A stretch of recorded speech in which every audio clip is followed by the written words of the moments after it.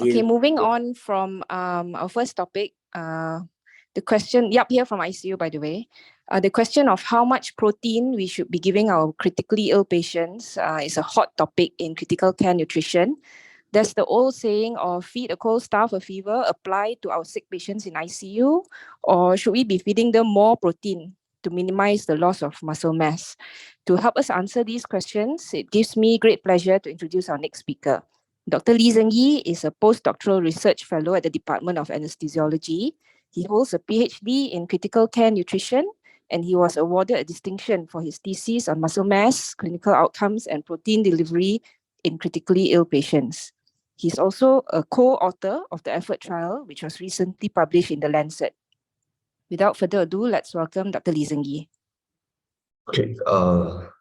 Thank you very much, Dr. Yap, for the kind introduction, and thank you, everyone, for. Actually, I just want to thank the organizer, UMHealth, for inviting me to speak about this topic, and thank you everyone for joining this talk. So my name is Zheng. So today I'm going to deliver this topic, protein requirements in critically ill patients. So these are the outline of my presentation today. So firstly, I will go through the guidelines recommendation. What are the recommendation of protein dose in the guidelines, and the results from observational studies, from systematic review of RCTs, and the recent practice-changing evidence and summary and recommendation. So we know that in the critical care nutrition field, the two most important guidelines are the ASPEN and the ISPEN guideline. So one is published by the American Society of Parenteral and Enteral Nutrition. The other one is published by the European Society of Parenteral and Enteral Nutrition. And this guideline has been guided us for quite many years. For example, the ASPEN 2016 guideline actually recommended about 1.2 to 2 grams per kilogram of actual body weight per day in general ICU patients, even in patients with AKI, sepsis, and recommended even higher protein doses in burn or multi-trauma and obese patients. But they recognize that the quality of evidence is very low and is mainly based on expert consensus. And the ASPEN actually published the latest guideline in year 2022 and endorsed the 2016 guideline recommendation for protein requirements. While the European guideline, they recommended about 1.3 grams per kilogram per day progressively. And this is also based on a consensus, so the expert consensus. Well, there are other guidelines, for example, the German guideline. So the German guideline actually recommend in the acute phase of critical illness, about the first week of critical illness, they recommended about 1 to 1.2 grams per kilogram actual body weight progressively. While there is this Asia Pacific and Middle East region guideline, they recommended about 1.2 to 2.2 grams per kilogram per day. So we can see that there is a wide range of recommendation from the guideline from about 1 to 2.2 grams per kilogram body weight. It actually suggests that clinical equipoise or there is an uncertainty of the protein dose exists for the protein dose in critically ill patients. So, and this equipoise may be attributed to the conflicting result from previous various observational studies. So these are the some of the selected observational studies that found that higher protein is actually better. And this, you can see that a lot of these observational studies, they are actually quite large sample size, and they are multi-center, multinational observational studies. So they found that higher protein delivery actually improved clinical outcome, including mortality, as well as physical function outcomes. So these are the positive observational study that has quite a significant influence to the current practice in the ICU for many years. So you can see that the first 4 observation studies, so it actually published since 2009 to 2015. So the observation study, they are quite consistently demonstrated that a higher protein delivery is associated with a better clinical outcome. But actually, there were also other observational studies that found that higher protein is harmful, especially during the first week, about the first 3 to 7 days of critical illness. So, but these studies are less, less being known by people.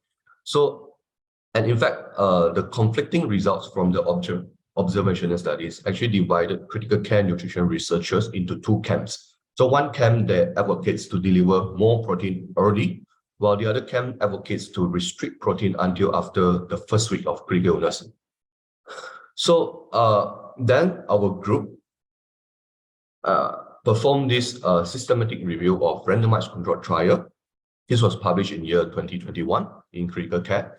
So we pulled together 16 randomized controlled trial, and the average protein delivery between the group was about 1.3 versus 0.9 gram per kilogram per day. And we make sure that the studies had a similar calories delivery between the group, so that we just look at the effect of protein delivery. So we found that higher versus lower protein delivery within this range, 1.3 versus 0.9, did not affect mortality and other clinical outcomes. But in 5 small RCTs, we found that higher protein delivery is actually associated with an attenuation of muscle loss by about 3.4% per week. But again, this is these results are from a very small 5 studies, 5 RCTs. So we actually need more studies to confirm that. But still, we found there's no difference in clinical outcome, but there is a signal of positive effect of attenuating muscle loss within this range, 1.3 versus 0.9. But the controversy still exists. So because some of the experts still recommended very high protein, so we still don't have a good answer whether very high or low protein is actually beneficial. So this Professor Darren Halen from Canada, he designed this effort protein trial. And this is published in The Lancet in February this year. So in this study, so we enroll 1,300 patients from 85 ICU in 15 countries, including Malaysia.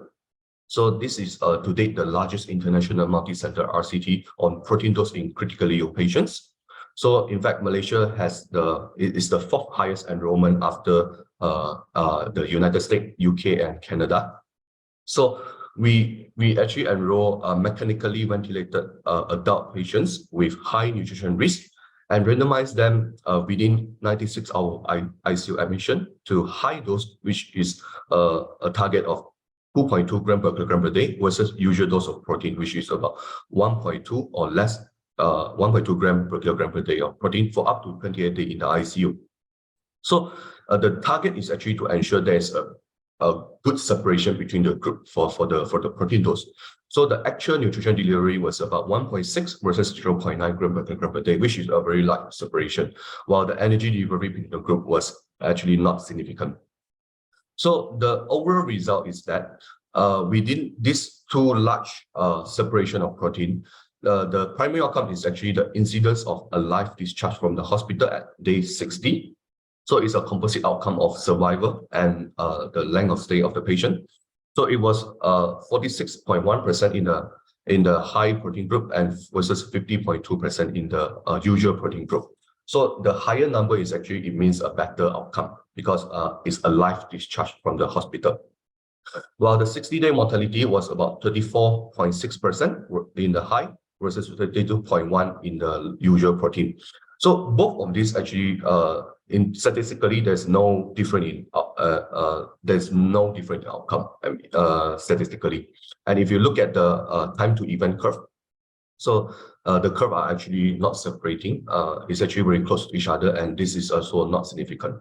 So the overall result is that higher versus lower protein delivery, there's no significant difference in the clinical outcomes. So we can look at the separation of the group. So as I mentioned just now, the average protein delivery was about 1.6 versus 0.9, and then the separation was started about day 2 to 3 of randomization, while the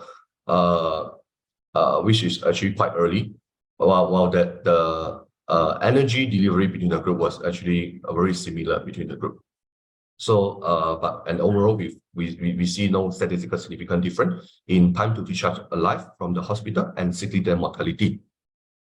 But then we look at the result of the predefined subgroup analysis. So we thought that maybe certain subgroup of patients, for example, patient with high nutric meaning patient with high nutrition risk, or patients who were diagnosed as malnutrition will be the responders to high protein.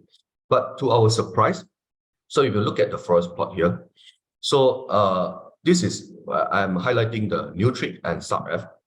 So we saw that there was a trend, it's not significant, statistically significant, but there's a trend that showing that high Neutria patient, okay, and patient with high subf score. So subf is actually a score that measures the risk of sarcopenia, so low muscle mass or low functional outcome before ICU admission. So we found that patient with high Neutria or patient who had a risk of sarcopenia, so the direction is actually favoring the usual dose of protein, meaning favoring the lower dose. And in other words, that is that patient with high Neutria or patient with a high risk of sarcopenia, they may be harmed by a higher protein dose. Okay, even though the P for interaction is not significant, but there's a trend towards significant, and then you can look at the direction of the horizontal line is actually towards favoring the usual dose. Well, what we saw is that there are two other subgroups that are obviously harmed by high protein. Okay, so and you can see that patients with a very high SOFA score, SOFA is sequential organ failure assessment, meaning the severity of organ failure, and patient with acute kidney injury. So you can see that especially in patient with acute kidney injury, the line is actually very far away from the line of no effect. And then the P for interaction is actually significant for, this is for time to discharge of life from the hospital, as well as for 60-day mortality. It is the same, so it's in the other direction. So whereby patient with AKI, actually the usual dose is more beneficial than higher dose. So in other words, is that higher dose is actually increase the mortality or worsen the outcome in patient with acute kidney injury. So the very important take-home message from this subgroup analysis is that we need to be very careful of the protein dose in patient with AKI and as well as with severe organ dysfunction. And when we look at the metabolic tolerance of the patients, so we found that the high protein had significantly higher urea than the usual protein group. Okay, and the incidence of urea of more than 30 millimole per liter is also significantly higher in the higher protein group than the usual care. So this actually gives us a signal that the patients are actually unable to use the high amount of protein given to them. So, and this is then converted to waste product, which increase the metabolic burden to the patient. And AKI patient, especially, they because of the kidney injury, they are unable to handle this metabolic burden. And this may be one of the mechanisms that is actually causing harm to them by giving high protein. And in fact, the signal of higher protein in patients with kidney dysfunction is actually shown in this previous study. So this is actually a post-hoc analysis of the NephroProtect trial that enrolled 474 patients who are expected to have ICU stay of more than 2 days without severe AKI or end-stage renal failure at baseline. And then they were randomized to receive intravenous amino acid up to 2 grams per kilogram per day versus standard care. So the protein delivery was about 1.6 versus 0.7. So this is actually a post-hoc analysis whereby they divided the patient into subgroup with baseline kidney dysfunction or with a baseline risk of progression to AKI versus another subgroup is patient without baseline kidney dysfunction. So the overall conclusion of this study is that it shows that there is no difference in outcome. But if you look at the raw data, I mean the raw percentage is actually the hospital discharge mortality is actually 2 times higher in the higher protein group than the control group among patients with baseline kidney dysfunction. But the author actually concluded, this is in year 2018, they concluded that there is no statistical significance after adjustment for potential confounders. So, and this actually was used as a justification for doing the effort protein trial. So, but now in retrospect, when we know the result of the effort protein trial, when we look at these numbers without adjustment, so we actually saw there is a 2 times higher hospital mortality in patients with baseline kidney dysfunction who actually receive higher protein. Another study is also, this is in year 2015, is actually the post-hoc analysis of the redox trial that randomized 1,200 patients with more than 2 organ failure to 4 groups: glutamine, antioxidant, both glutamine and antioxidant, or placebo. So again, so they found that patients with baseline kidney dysfunction, and especially those without a plan for dialysis, giving a high dose of glutamine or high dose of antioxidant is associated with about 3 to 4 times higher mortality. Again, this study was, because this is only just glutamine and antioxidant, so we thought that maybe a single amino acid is not good. Maybe a full amino acid, a full protein that we give to the patient will be better. But again, now knowing the effort protein result, when we look back at this trial again, so we can see that a higher amino acid is actually harmful to patients with baseline renal dysfunction, especially those without plan for dialysis. So the findings from all of these trials, especially the effort trials, so can be nicely explained by this mechanistic study that is recently conducted by the Australian group. So they used isotope technique to investigate muscle protein synthesis after protein administration in 15 mechanically ventilated critically ill adult patients versus 10 healthy control.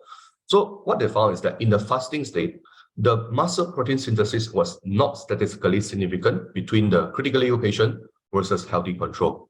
But after protein administration, the muscle protein synthesis rate and the incorporation of the protein into the muscle, the muscle cell, is actually significantly lower in the ICU patients than the healthy control.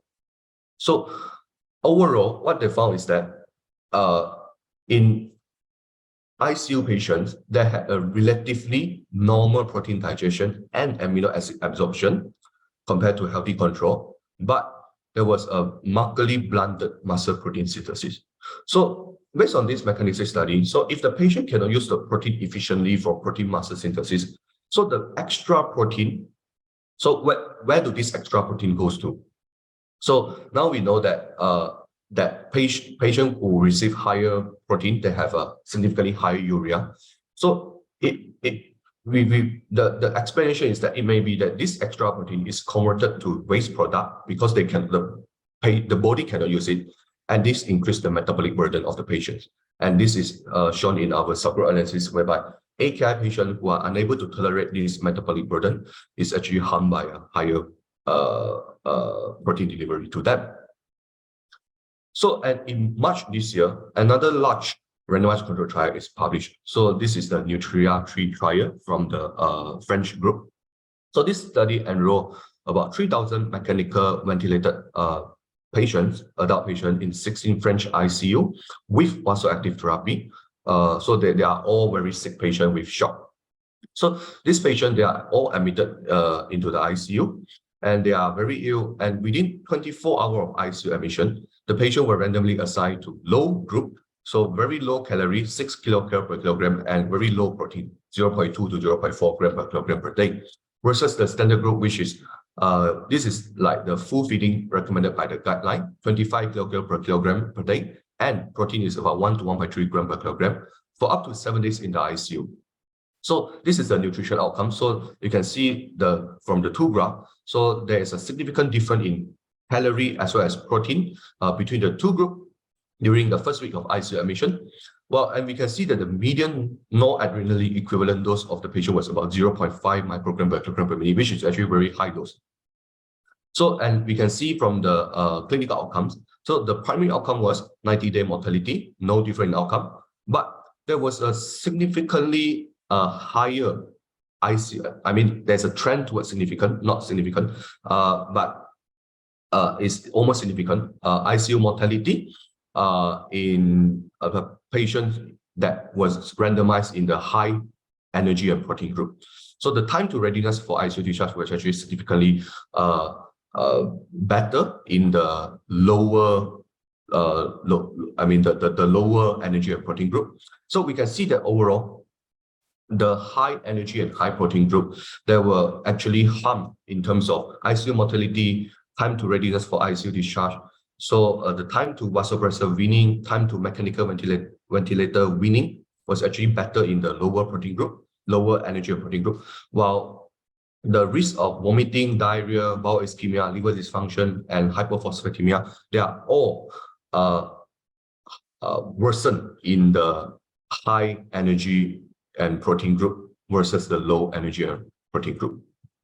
But again, this study is actually criticized by many people because ICU guidelines did not recommend immediately give full feeding to so ill patient, to patients who are so ill.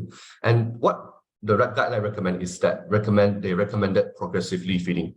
But this study is still, it gives us a very important data, RCT level of evidence that early immediate full feeding to very ill patient is detrimental to them. And we know that nutrition therapy will affect outcome to our patients, and we have to monitor so that we will not to be too aggressive or overfeed our patient accidentally, especially this very ill patient. So what do I mean by accidentally? So sometimes concentrated formula with 2 kilocalories per meal, or sometimes non-nutritional calories from propofol, glucose, or even citrate in the citrate CRT. So they all contributed to calories to the patient. So we have to monitor them. So, but we also understand that both overfeeding and underfeeding are not good for the patient. So this study actually shows that overfeeding is actually more harmful than underfeeding. So we actually wrote this commentary of the Neutria 3 trial to comment on the study design as well as the result. So this is published as a comment in the Lancet Respiratory Medicine. So you may read it, which is what I mentioned just now, the comment. So moving forward from all the evidence, we think that moderate energy of protein may be the way to go. So again, we know that too high and too fast feeding advancement is harmful. This is recommended against by the guideline and is shown by the Neutria 3 trial. But we also think that too low is also not beneficial for the patient. So as I mentioned just now, both overfeeding and underfeeding are detrimental, but overfeeding is more harmful than underfeeding. And the result from recent observational study is actually showing this. So you can see that, for example, in this study, with observational study, about 1,000 patients in the ICU for at least 5 days. So a moderate energy and protein, about 10 to 20 kilograms per kilogram, plus 0.8 to 1.2 grams per kilogram of protein, versus very low energy and protein, actually it increased weaning success and reduced hazard of 90-day mortality. But when they compare moderate versus very high, versus high energy and protein, there's no further improvement in outcome. So another study this is even larger, in about 16,000 patients observational study. So they found that late standard protein, there's about 0.8 to 1.2 after about 5 days, versus exclusively low protein, that means less than 0.8 gram per kilogram for about 11 days in the ICU, is associated with a lower hazard of hospital mortality. But the late standard protein group, compared to early high protein, there's no further improvement in outcome. So it may be that moderate is the way to go instead of very, very low or very, very high, maybe during the first week of critical illness. So in summary, so protein delivery of about 0.8 to 1.2 gram per kilogram per day may be sufficient, maybe during the first week of critical illness. This is because we know that extra protein cannot be used efficiently for muscle protein synthesis during the acute phase of critical illness. And in patients with AKI and not planning to start dialysis, a lower protein target, maybe about 0.8 to 0.9, may be safer for them based on the result of the effort protein trial. And patient with CRT, we know that patient with CRT, there is a loss of muscle, the loss of protein into the circuit. So, and the loss is about 0.2 gram per kilogram per day. So we may need to top up about 0.2, very low amount, to account for the loss. So AKI, the definition of AKI in the effort protein diet is actually based on the CADICO guideline, which is shown here.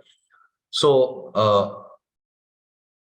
and in summary, so usually when we talk about protein, we will also talk about energy. So because they are concurrently given to the patient. So we think that resolving critical illness might be a better indicators of when a patient might need progressively higher energy of protein.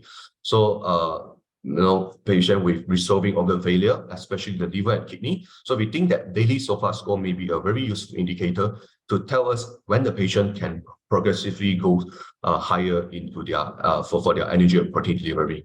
So patients who have reducing inotrope or improving ventilator setting or reducing inflammatory status, so they may need progressively higher energy of protein. While other conditions that may warrant higher nutrition target may be patient with ongoing CRT or patient with chronic critical illness. So the patient who are stable but not deteriorating in the ICU, so they may need higher energy of protein, but not during the but we not recommend very high energy of protein during the acute phase of critical illness. So this is the suggested energy of protein target. So whereby for the energy, if based on the weight-based equation, we know that about 25 kilocalories per kilogram is the full feeding. So we actually recommend we progressively increase the energy during the first year of critical illness. So if we are using indirect elementary, this is the percentage that we recommend. And for protein, it's about 0.6 and up to 1.2 gram per kilogram up to the first week of critical illness. So if let's say when the patient is deteriorating, when we know that the SOFA score is more than 9, so regardless of the day in the ICU, so we recommend that the energy and protein target to be reduced. So a lot of time guidelines actually recommend the energy and protein target based on day in the ICU. But sometimes the patient in the ICU, they are dynamic, the status are dynamic. Sometimes they may deteriorate. So when they deteriorate, so we actually recommend to go down the energy and protein to the early acute phase so that the patient will not be harmed by overfeeding. So these are some of the ongoing studies that are enrolling in our own ICU as well as in other countries. So we think that the protein question is still not finished yet, because so far we only know the association of high versus low protein versus with clinical outcome, but we don't know what is the effect of higher versus usual dose of protein on muscle mass and physical function in large RCT. So the Afro outcomes trial is actually enrolling in Malaysia, Australia, Canada, and we are starting this in China. And we are also doing this Afro trial in our own ICU, whereby we are combining higher protein and early physical rehabilitation using cycle ergometry versus usual care. And we are looking at the effect of this on muscle mass and physical function outcome. And because of the result of the effort protein trial, so now we are actually excluding AKI patient in our future trial. And with that, thank you very much. So this is just, yeah. Thank you, Zheng, for that nice summary of the latest guidelines on protein delivery in the critically ill patients.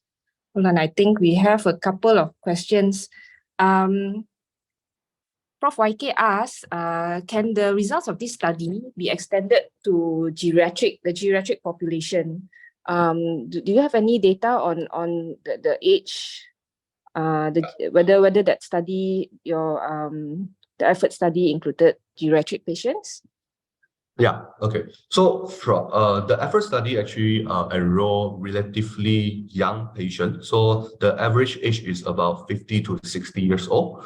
So, but I think overall, I would suggest that, ICU patient, we look at the the organ failure. So if the patient is having a severe organ failure, multiple organ failure, especially the kidney function is actually not that good. So we don't push the energy and protein too high to those patients. So I think this actually also including geriatric patient. Okay.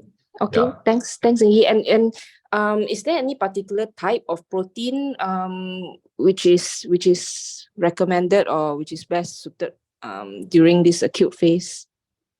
Yeah, okay. So there's currently no high level of evidence on the type of protein that will improve outcome. So we know that most of our formula, they use this whey protein. So some of the formula maybe have a little bit of casein, but I don't think that the type of protein or the type of formula will actually affect clinical outcome. In fact, we have a few systematic review of RCT in our website, the Critical Care Nutrition website, that look at different type of formula. We meta-analyze RCT that look at different type of formula and clinical outcome. We actually found there's no different in clinical outcome, including the peptide-based formula. So we actually think that the type of formula is not a very determining factor for improving the outcome of the patient. Yeah. Okay, and I know it's a bit complicated, but what if you have burns with AKI? How would you approach the protein delivery in those kind of patients? Yes. Yeah. So we always believe that burn patients need high protein, but if we were to look into the literature, there's no high level of evidence, no RCT level evidence. All of the evidence are from a small observational study or small RCT. So there's no high level evidence that burn patients require very high amount of protein. But there is this recently published trial, the re-energized trial in New England Journal of Medicine, so you can look it up. So it's randomizing this trial randomizing patients to glutamine versus no glutamine. Okay, so they actually give about 0.5 gram per kilogram glutamine enterally. So glutamine is an amino acid. So previously, many small RCT shows that glutamine actually improved clinical outcome in burn patient. So glutamine was recommended as in nutrition guideline. But this large RCT actually found that there's no difference in clinical outcome at all for giving glutamine versus not giving glutamine in severely burned patients. And then we actually perform a systematic review of and meta-analysis of RCT, including this trial, and it's published in Critical Care Medicine. So there's no difference in outcome. And in fact, what we found is that the low quality studies tend to find beneficial effect of glutamine, while the high quality study there is actually we found actually no difference in outcome. So I think that moving forward, we may need a large RCT in burn that that randomized patient high versus maybe a lower, maybe 1.2 gram per kilogram protein, and to confirm this prevailing belief. So we don't know. But just now the question was in burn patient with AKI. Based on the current evidence, I would not recommend giving high protein. So we may just stop at about 1.2, and if the kidney function resolve or if the patient is having CRT, then only we can push the protein higher. Yeah. Okay, thanks, Zheng. I think we only have time for one last question. In critically ill patients, how about the subgroup of oncology or GI or patients with GI pathology? Were they studied in your study? Okay, so the effort protein trial actually enrolled very heterogeneous group of patients. So we don't have specific data, for oncology or just on the GI pathology. Patient. Yeah, the patient with GI pathology. But I think the general take-home message is that if the patient is having organ failure, if they are very ill, they need high dose of vasopressor, so we don't push too much energy or protein to them. But if the patient is relatively stable, they are just in the ICU for some monitoring, or maybe they are just stable and not deteriorating, but they stay quite a long time in the ICU. So this type of patient, yes, maybe we can try to push higher for the energy and protein to them. Yeah. And I saw another question in the chat box is that about pediatric. So I don't know about pediatric. So this is only applicable to adult critically ill patients. So the pediatric literature is actually very different. So we we don't know, but I think you can look at the Predefined trial is in pediatric patient. So early parenteral versus late parenteral nutrition in pediatric patients. So is from the Belgian group, is published in the NEJM as well. So I think what they found is that early parenteral nutrition is actually not is harmful to the patient. Whereby what they found is that I think what they concluded, if I didn't remember wrongly, higher protein is actually not good for a very ill pediatric patient as well. So you can look it up, the Predefined trial. Yeah. All right. Thank you so much, Ingi, for your talk and for answering all our questions. I think that's all the time we have. So we'll wrap things up. Okay. Have a good Wednesday, everybody. Bye. Thank you very much. Thank you, Dr. Yap. Yeah.